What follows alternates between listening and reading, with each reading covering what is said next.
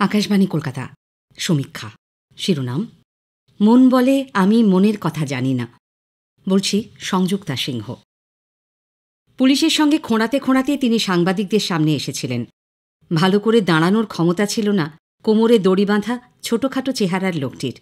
মিডিয়ার ধেয়ে আসা প্রশ্নের জবাবে ক্যামেরার দিকে তাকিয়ে নির্লিপ্ত গলায় বলেছিলেন, হ্যাঁ, আমি মেরেছি বাচ্চাটাকে। যৌন নির্যাতনে বাধা পেয়ে কিভাবে 7 বছরের প্রদ্যুমন ঠাকুরকে স্কুলের শৌচাগারে গলায় ছুরি চালিয়ে খুন করেছেন স্কুলবাসের কন্ডাক্টর অশোক কুমার, তার বর্ণনা দিয়েছিল গুরগাঁও পুলিশ। 2017 সেপ্টেম্বরের সেই ভয়ঙ্কর ঘটনায় শিউরে উঠেছিল গোটা দেশ। কিন্তু পুলিশের বয়ান মানতে পারেনি প্রদ্যুমনের পরিবার। সিবিআই তদন্তভার হাতে নেবার পর আমূল বদলে যায় গোটা কাহিনী। জানা যায়, অশোক নন, খুনি আসলে ওই স্কুলেরই একাদশ শ্রেণীর এক পড়ুয়া। সেদিনের পরীক্ষার প্রস্তুতি ছিল না তার।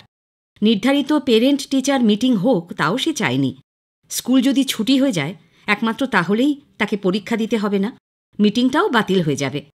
তাই মনোবাঞ্ছার হাঁড়িকাঠে প্রদ্যুমনকে বলি দেবার পরিকল্পনা করে বছর 16 পড়ুয়াটি।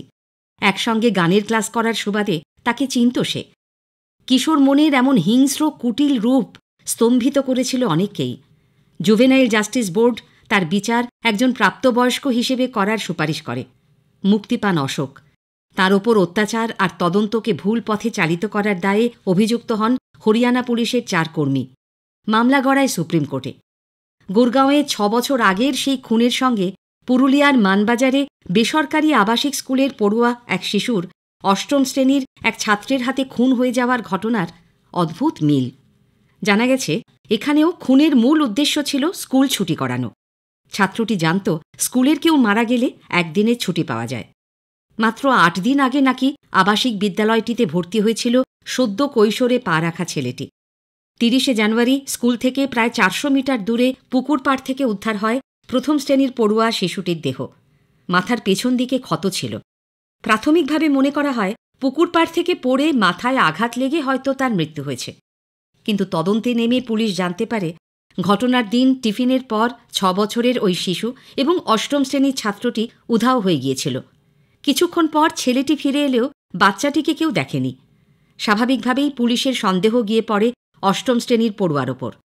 জেরার মুখে ছাত্রটি শেষ পর্যন্ত শিশুটিকে মাথা থেঁতলে খুনের কথা স্বীকার করে। ঘটনার আকস্মিকতায় হতবাক শিক্ষক, অভিভাবক, পড়ুয়ারা।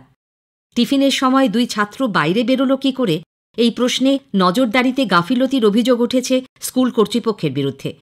গুরগাঁওয়ের নামী স্কুলটির পরিচালকরাও অভিযুক্ত হয়েছিলেন গাফিলতির একাধিক অভিযোগে। শোনা যাচ্ছে, পুরুলিয়ার 8ম শ্রেণীর ছাত্রটির পড়াশোনায় মন ছিল না। বাড়ি থেকে একরকম জোর করেই তাকে আবাসিক স্কুলটিতে ভর্তি করানো হয়। ছেলের মনের গভীরে বাসা বাঁধা অসুস্থতার হদিশ যে বাবা মা পাননি, এটা তো পরিষ্কার। স্কুল যাতে ছুটি হয়ে যায় শুধু সেজন্যই সে বাচ্চাটিকে মাথায় পাথর ঠুকে মেরে ফেলেছিল কিনা, সে ব্যাপারে এখনও নিশ্চিত নয় পুলিশ। তবে এত অল্প বয়সে এহেন নৃশংসতা ভাবিয়ে তুলেছে মনোবিদদের। সন্তানের প্রতি বাবা মায়ের আচরণ, পারিবারিক সামাজিক পরিবেশ, শৈশবে শারীরিক মানসিক অথবা যৌন নির্যাতন, মোবাইল বা পর্নোগ্রাফিতে আসক্তি, অন্যের মনোযোগ আকর্ষণের চেষ্টা, অপরাধ প্রবণতা ইত্যাদি নানাবিধ কারণ কিশোর মনে বিকলন ঘটাতে পারে। অবচেতনে জন্ম নিতে পারে জিঘাংসা, যার বহিঃপ্রকাশ ঘটতে পারে নানা বিচ্যুতিতে, আবার নাও ঘটতে পারে। বিশেষজ্ঞদের মতে বয়ঃসন্ধিকালে উদ্বেগ আর অবসাদের মতো মানসিক সমস্যায় আক্রান্ত হবার আশঙ্কা বেশি। 2015-16 জাতীয় মানসিক স্বাস্থ্য সমীক্ষার হিসেব বলছে, এদেশে 13 থেকে 17 বছরের ছেলেমেয়েদের 7.3% মধ্যে গুরুতর মানসিক অসুস্থতা রয়েছে। সচেতনতার অভাব, ভ্রান্ত ধারণা, সামাজিক ভয়, পড়ুয়া শিক্ষক রোগী মনোচিকিৎসক অনুপাতে নিদারুণ ঘাটতি, এর কোনোটাই সহজে যাবার নয়। কিন্তু মানসিক স্বাস্থ্যের দিকটি উপেক্ষিত থাকলে জনসংখ্যায় তারুণ্যের গরিষ্ঠতার লাভের ফসল যে ঘরে উঠবে না, এই বাস্তবতাও স্বীকার করে নেওয়া জরুরি। সমীক্ষা শেষ হল। বললাম সংযুক্তা সিংহ।